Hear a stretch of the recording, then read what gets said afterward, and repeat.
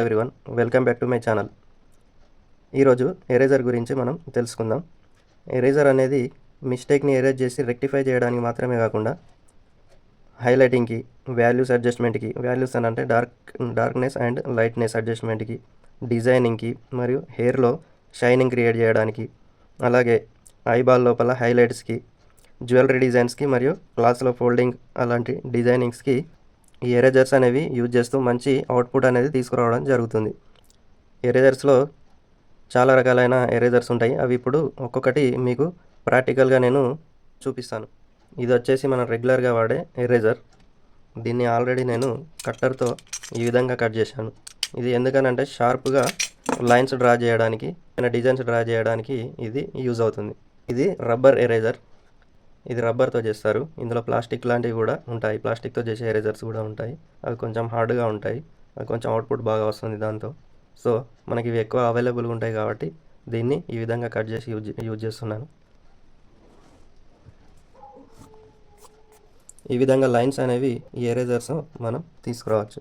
దీన్ని ఈ విధంగా కూడా హైలైటింగ్కి యూజ్ చేసుకోవచ్చు. నెక్స్ట్ వచ్చేసి పెన్సిల్ ఎరేజర్. సేమ్ పెన్సిల్ లాగే ఉంటుంది ఇది.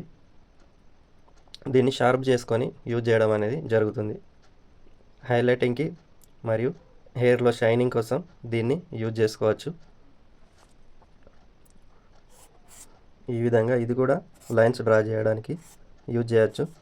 హెయిర్లో షైనింగ్ అనేది డ్రా చేయడానికి యూజ్ అవుతుంది. నెక్స్ట్ వచ్చేసి మెకానికల్ ఎరేజర్. ఇది దీని కాస్ట్ వచ్చేసి అరౌండ్ 20-30 రూపీస్ మాత్రమే ఉంటుంది. ఇందులో 2 రీఫిల్స్ వస్తాయి. ఈ విధంగా ఇది కూడా మనకి హైలైటింగ్కి యూజ్ అవుతుంది.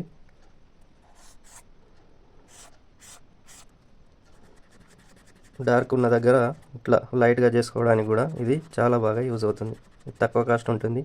బిగినర్స్కి అయితే చాలా బాగా యూజ్ అవుతుంది. దీని తర్వాత చాలా ఇంపార్టెంట్ థింగ్ నీడబుల్ ఎరేజర్. దీన్ని ఏ షేప్లో అంటే ఆ షేప్లోకి అడ్జస్ట్మెంట్ చేసుకోవచ్చు.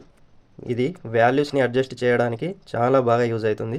డిజైనింగ్స్ కానీ, జ్యువెలరీ డిజైన్స్ కానీ, హెయిర్లో షైనింగ్ తీసుకురావడం కానీ, ఇంకా ఐబాల్లో హైలైట్స్ ఉంటాయి కదా, అలాంటి హైలైట్స్ కూడా ఇది యూజ్ చేస్తారు.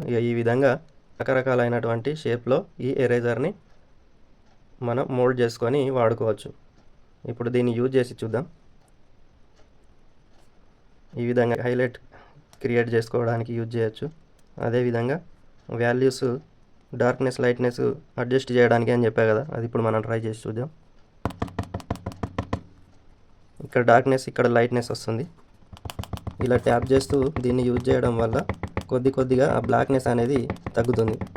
ఎక్కడైతే మనకు కొంచెం డార్క్నెస్ తక్కువ కావాలో అక్కడ ఇలా ఎంతవరకు కావాలో అంతవరకు మనం అడ్జస్ట్ చేయవచ్చు. ఇక్కడ వచ్చేసి కొంచెం లైట్నెస్ అనేది వచ్చింది. దీంతో పోల్చుకుంటే ఇది కొంచెం లైట్గా ఉంది. ఈ విధంగా దీన్ని యూజ్ చేయాలి. నెక్స్ట్ వచ్చేసి ఎలక్ట్రిక్ ఎరేజర్. ఇది వచ్చేసి బ్యాటరీతో రన్ అవుతుంది. ఇందులో ప్లాస్టిక్ యూజ్ చేయబడుతుంది. ఇది కొంచెం హార్డ్గా ఉంటుంది. మనకు క్లీన్ లైన్స్ మరియు డిజైనింగ్, జ్యువెలరీలో కానీ, ఐబాల్లో హైలైట్స్కి కానీ, హెయిర్లో షైనింగ్కి కానీ ఇది చాలా బాగా యూజ్ అవుతుంది. ఇది ఒకసారి ఇప్పుడు ట్రై చేసి చూద్దాం. ఈ విధంగా డిజైన్స్ కానీ ఇంకా ఎలాంటి డెకరేషన్స్కి అయినా కూడా ఇది చాలా బాగా యూజ్ అవుతుంది. కమిషన్ వర్క్స్లో ఈ ఎరేజర్ బాగా వాడడం అనేది జరుగుతుంది. హైలైటింగ్కి ఎరేజర్ చాలా బాగా యూజ్ అవుతుంది. ఇందులో ఇలాంటివి రీఫిల్స్ వస్తాయి మనకి. ఈ రీఫిల్ ఎలా ఫిల్ చేయాలంటే ఇందులో ఒక టిప్ ఉంటుంది. ఇది తీసి ఇందులో రీఫిల్ ఇలా పెట్టి అడ్జస్ట్ చేయడమే. తర్వాత డైరెక్ట్గా వాడుకోవచ్చు.